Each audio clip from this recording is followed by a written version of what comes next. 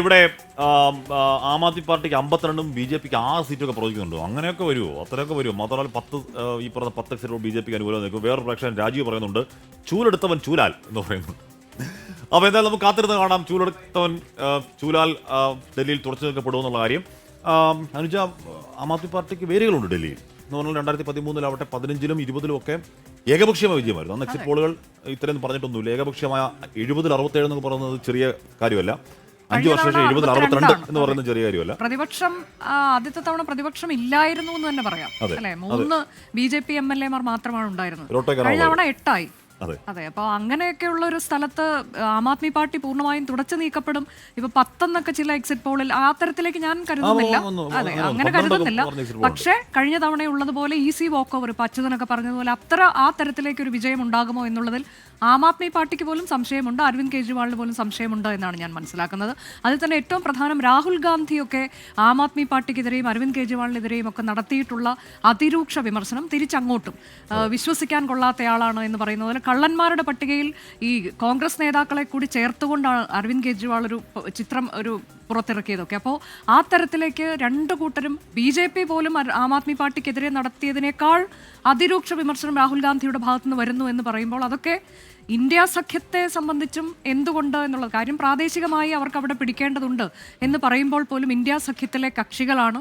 India സഖ്യത്തിൽ നിന്ന് അരവിന്ദ് കെജ്രിവാളും ആം ആദ്മി പാർട്ടിയും ഇറങ്ങിപ്പോകണമെന്ന് കോൺഗ്രസ് ഒരു ഘട്ടത്തിൽ ആവശ്യപ്പെടുന്നു. അതിന്റെ പ്രശ്നം എന്ന് പറയുന്നത് അനുജ, എന്ന് പറഞ്ഞാൽ 25% നിന്നും പിന്നീട് 10% കൂപ്പൂത്തുകയും പിന്നീട് 4% കോൺഗ്രസ് കൂപ്പൂത്തി. അവിടെ BJP-യുടെ വോട്ട് ഷെയറിൽ കാര്യമായ വലിയ വീഴ്ച ഉണ്ടായിട്ടില്ല. തമ്മിൽ 15% വ്യത്യാസമാണ് കഴിഞ്ഞ തവണ. ആം ആദ്മി പാർട്ടി വളരുന്നത് കോൺഗ്രസിന്റെ വോട്ട് തിന്നുകൊണ്ടാണ്. അതിപ്പോ അവിടെ മാത്രമല്ല, പഞ്ചാബിലാവട്ടെ, ഒരു പരിധിവരെ ഗുജറാത്തിലാവട്ടെ, ഹരിയാനയിലാവട്ടെ, ഇനി കാശ്മീരിലാവട്ടെ, ആപ്പ് പിടിക്കുന്നത് കോൺഗ്രസിന്റെ വോട്ട് തന്നെയാണ് കൂടുതൽ. അപ്പോൾ കോൺഗ്രസ് ഒരു തിരിച്ചറിവ് ആപ്പിനെ അങ്ങനെ വളരാൻ വിട്ടാൽ തങ്ങളുടെ നിലനിൽപ്പ്, പക്ഷേ ദേശീയ പാർട്ടി എന്നുള്ള നിലയ്ക്ക് പോലും കോൺഗ്രസ് BJP ഫൈറ്റ് എന്നുള്ളതാണോ അതോ അതിന് പങ്കാളിത്തം വഹിക്കാൻ മദ്യനയ അഴിമതിയുമായി ബന്ധപ്പെട്ടൊക്കെയാണ് ഇദ്ദേഹത്തെ ഒരു കള്ളൻ എന്ന തരത്തിലേക്ക് കോൺഗ്രസ് ചിത്രീകരിക്കുന്നത്. പക്ഷേ ആ വിഷയത്തിൽ അന്ന് കോൺഗ്രസ് എന്ത് നിലപാട് സ്വീകരിച്ചു എന്നൊക്കെയുള്ളത് അതൊക്കെ ആലോചിക്കുമ്പോൾ ഇതൊക്കെ രാഷ്ട്രീയമാണ് എന്ന് പറയാം. ഹാഷ്മി പറഞ്ഞ വിലയിരുത്തൽ ഒരു എനിക്ക് അതിനകത്ത് ഒരു വിയോജിപ്പുള്ളത്, ഇപ്പോൾ ആം ആദ്മി പാർട്ടി വളർന്നത് കോൺഗ്രസിന്റെ വോട്ടുകൾ പിടിച്ചാണ്. പക്ഷെ കോൺഗ്രസിന്റെ രാഷ്ട്രീയ വോട്ടുകളല്ല ആം ആദ്മി പാർട്ടി പിടിച്ചത്. മറിച്ച് കോൺഗ്രസിന് പരമ്പരാഗതമായി അവിടെ ഇപ്പൊ ഷീലാ ദീക്ഷിത്തിന്റെ ഭരണത്തോടുള്ള വെറുപ്പ് അവിടുത്തെ ജനങ്ങൾക്കുണ്ടായിരുന്നു. കാരണം ജനങ്ങളുടെ ഈ പറഞ്ഞ വൈദ്യുതി അടക്കമുള്ള പ്രശ്നങ്ങളിൽ പക്ഷെ അവരുടെ ഒരു ഓപ്ഷൻ BJP ആയിരുന്നില്ല. അവിടെയാണ് ഈ ജനങ്ങൾക്ക് വാഗ്ദാനം നൽകിക്കൊണ്ട് ആം ആദ്മി പാർട്ടി വരുന്നത്. ആ ആം ആദ്മി പാർട്ടി നേടിയെടുത്ത വിശ്വാസ്യതയുണ്ടല്ലോ, ആ വിശ്വാസ്യത രാഹുൽ ഗാന്ധിയുടെ ഒരു വിമർശനം കൊണ്ട് ഇല്ലാതാകുന്നതല്ല. ശരിക്കും പറഞ്ഞാൽ കോൺഗ്രസിനെ സംബന്ധിച്ച് ഇത് ജയിക്കാനുള്ള പോരാട്ടമല്ല. അവരെ സംബന്ധിച്ച് ടെസ്റ്റിംഗ് ദ വാട്ടേഴ്സ് എന്ന് പറയുന്നത് പോലെ അവിടെ ഞങ്ങളുടെ നില മെച്ചപ്പെട്ടിട്ടുണ്ടോ എന്ന് കോൺഗ്രസിനെ പരിശോധിക്കാൻ കഴിയുന്ന ഒരു തെരഞ്ഞെടുപ്പ് എന്ന രീതിയിൽ മാത്രം കോൺഗ്രസ് ഇതിനെ കണ്ടാൽ മതി. BJP-യുടെ വോട്ടിൽ ചോർച്ചകൾ സംഭവിച്ചിട്ടില്ല എങ്കിൽ പോലും സാമാന്യ ജനം, ഇപ്പോൾ നേരത്തെ ബൽറാം പറഞ്ഞതുപോലെ തന്നെ അടിസ്ഥാന വർഗവും മധ്യവർഗവും അവർക്ക് കിട്ടിയിട്ടുള്ള ആനുകൂല്യങ്ങൾ, അവർക്ക് കിട്ടിയിട്ടുള്ള പരിഗണന, അതൊക്കെ ആയിരിക്കും കെജ്രിവാളിന്റെ ബംഗ്ലാവാണോ അല്ലയോ എന്നതിനേക്കാൾ കൂടുതൽ ഈ വോട്ടുകൾ നിശ്ചയിക്കുക എന്ന് പറയുന്നത്. അതുകൊണ്ട് ഞാൻ ആവർത്തിച്ച് പറയുന്നത്, എക്സിറ്റ് പോൾ ഫലങ്ങൾ എന്തൊക്കെ പറയുമ്പോഴും അങ്ങനെ ആം ആദ്മി പാർട്ടിയെ പൂർണ്ണമായി ഇല്ലാതാക്കുന്ന ഒരു തിരഞ്ഞെടുപ്പ് ഫലം അല്ല ഞാൻ പ്രതീക്ഷിക്കുന്നത്. പക്ഷേ നേരത്തെ അനുജ പറഞ്ഞതുപോലെ ഒരു ഈസി വോക്ക് ഓവർ ആവില്ല. അതുകൊണ്ട് ആം ആദ്മി പാർട്ടിയുടെ പ്രതീക്ഷകൾ അപ്പാടെ പോയി എന്ന് പറയാൻ പറ്റില്ല. എന്തായാലും ഈ ജുഗ്ഗി ജോഗ്പ്രികൾ എന്ന് അവിടെ പറയുന്ന ഈ ചേരി നിവാസികളായ കുറേയധികം വോട്ടുണ്ട്. അത് വലിയ ശതമാനം വോട്ട് അവിടെ ഉണ്ട്. അത് അടിസ്ഥാനവർഗ വോട്ടാണ്, ലോവർ ഇൻകം ഗ്രൂപ്പാണ്. ഏതെങ്കിലും തരത്തിൽ ഇൻകം ടാക്സ് 12 ലക്ഷം ആക്കിയതുകൊണ്ട് യാതൊരു ഗുണവും കിട്ടാത്ത ഒരു മനുഷ്യരാണ്. അപ്പോൾ ആ ഗ്രൂപ്പ് ഒന്നാകെ എക്കാലവും ആപ്പിനൊപ്പം നിന്നവരാണ്. ഇക്കുറി അതിൽ ഡിവൈഡ് ഉണ്ടായിട്ടുണ്ടോ? അത് കോൺഗ്രസ് അനുകൂലമായി പോകുന്നു, അല്ലെങ്കിൽ അവിടുത്തെ BJP വിരുദ്ധ വോട്ടുകൾ സ്പ്ലിറ്റ് ആയിട്ടുണ്ടോ എന്നതിന് ഒരുപടി ചോദ്യങ്ങളാണ്. കേവലം 1.5 മണിക്കൂറിനകം 6:36 ആവുന്നു. ഇനി അധികം സമയമില്ല. 1 മണിക്കൂറും കുറച്ച് മിനിറ്റുകൾ മാത്രമാണ് ബാക്കി. വിനിത ബേജി ചേരുന്നുണ്ട്. വിനിത, നേരത്തെ ഞാൻ പറഞ്ഞു 14 എക്സിറ്റ് പോളുകളിൽ 10 BJP-ക്ക് അനുകൂലമായി പ്രവചിക്കുന്ന എന്ന് പറഞ്ഞാൽ ചില എക്സിറ്റ് പോളുകളൊക്കെ BJP-യുടെ ലാൻഡ് സ്ലൈഡ് വിക്ടറി പ്രവചിക്കുകയായിരുന്നു. അവിടെ എന്താണ് BJP-യുടെ ലാസ്റ്റ് മിനിറ്റ് പ്രതീക്ഷകൾ? വിനിത.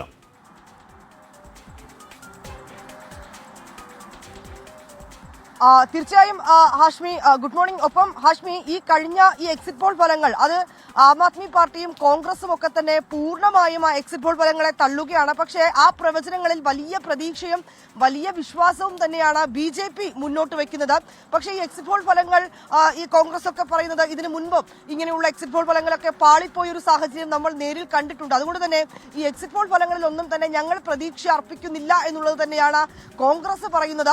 ഒരല്പം കിതച്ചാലും കുഴപ്പമില്ല, ഫിനിഷിംഗ് പോയിന്റിൽ എത്തിച്ചേരാൻ കഴിയുമെന്ന വലിയ പ്രതീക്ഷയിൽ തന്നെയാണ് ആം ആദ്മി പാർട്ടിയും ഉള്ളത്. നേരത്തെ ബൽറാമും അച്യുതനും ഒക്കെ സൂചിപ്പിച്ചതുപോലെ ഈ മധ്യവർഗം, അടിസ്ഥാനവർഗം, ഈ അടിസ്ഥാനവർഗ വോട്ടുകൾ അത് പൂർണ്ണമായും ആം ആദ്മിക്കുള്ളതാണ്. അത് വലിയൊരു പ്രതീക്ഷയും വിശ്വാസവും ഒക്കെ ഇപ്പോഴും ആ നേതാക്കളും പ്രവർത്തകരും ഒക്കെ തന്നെ മുന്നോട്ട് വെക്കുന്നുണ്ട്.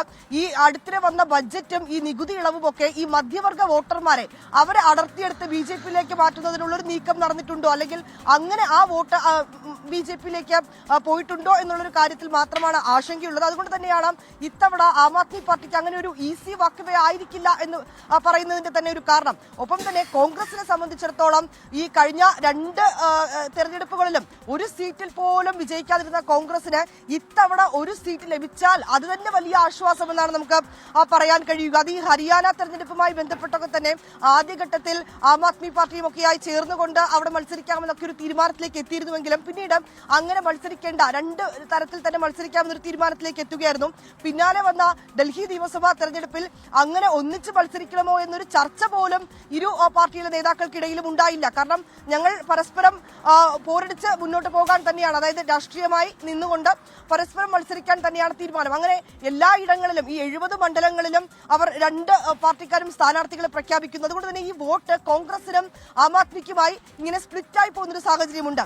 അത് BJP-ക്ക് അനുകൂലമാകുമെന്നൊരു വലിയ പ്രതീക്ഷ BJP നേതാക്കൾക്കിടയിലുണ്ട്.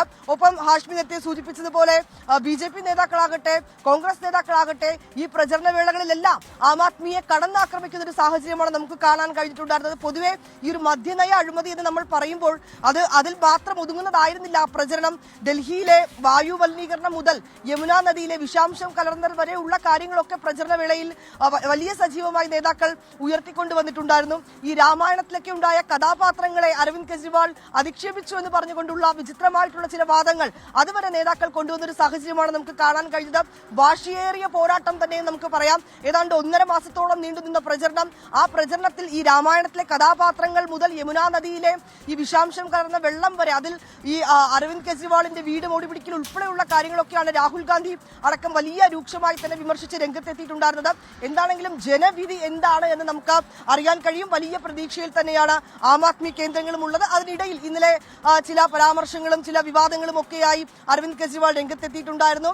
തന്റെ 16 സ്ഥാനാർത്ഥികളെ BJP-യിലേക്ക് ക്ഷണിച്ചിട്ടുണ്ട്. BJP-യിലേക്ക് പോകാൻ അവർക്ക് ഓഫറുകൾ വന്നിട്ടുണ്ട്, വാഗ്ദാനം വന്നിട്ടുണ്ടെന്നൊക്കെയാണ് പറഞ്ഞത്. അവർക്ക് 15 കോടി രൂപ BJP ഓഫർ ചെയ്തുവെന്നാണ് അരവിന്ദ് കെജ്രിവാളിന്റെ ആരോപണം. ഇതിന് പിന്നാലെ തന്നെ ഇന്നലെ ആന്റി കറപ്ഷൻ ബ്യൂറോ ഉദ്യോഗസ്ഥർ അരവിന്ദ് കെജ്രിവാളിന്റെ വീട്ടിലേക്ക് എത്തുകയും അദ്ദേഹത്തിന്റെ മൊഴി രേഖപ്പെടുത്തണമെന്നൊക്കെ ആവശ്യപ്പെട്ട് അവിടെ എത്തുകയും ചെയ്തിരുന്നു. പക്ഷേ രേഖാപരമായി ഒരു നോട്ടീസും ഞങ്ങൾക്ക് ലഭിച്ചിട്ടില്ല. അതുകൊണ്ട് തന്നെ അകത്തേക്ക് കയറാൻ കഴിയില്ല എന്നൊരു നിലപാട് കെജ്രിവാളും അദ്ദേഹത്തിന്റെ അഭിഭാഷകരും എടുത്തതോടുകൂടി അദ്ദേഹത്തിന് നോട്ടീസ് നൽകി മടങ്ങിപ്പോയിട്ടുണ്ട് ഉദ്യോഗസ്ഥർ.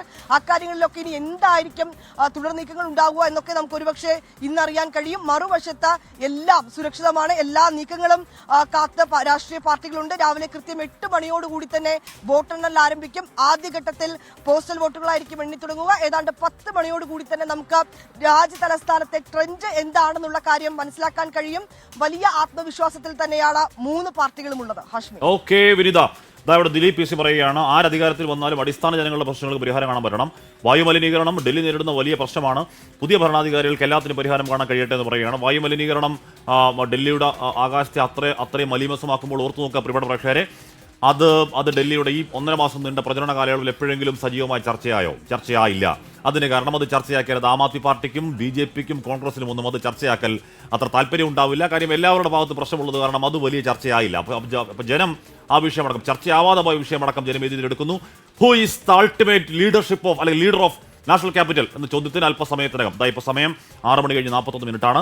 8 മണിക്ക് വോട്ടെണ്ണൽ, ഷാർപ്പ് 8 മണിക്ക് വോട്ടെണ്ണൽ തുടങ്ങാൻ പോകുന്നു. 8:10, 8:15, 8:20 ആകുമ്പോഴേക്കും ആദ്യ ഫലസൂചന. 10 മണിയാകുമ്പോഴേക്കും ഡൽഹി കാറ്റ് ആപ്പിന് അനുകൂലമായാണോ BJP-ക്ക് അനുകൂലമായാണോ, കോൺഗ്രസിന് എന്താണ് മെച്ചം, എന്താണ് നേട്ടം എന്ന ചോദ്യത്തിന് മറുപടി വരാനിരിക്കുന്നു.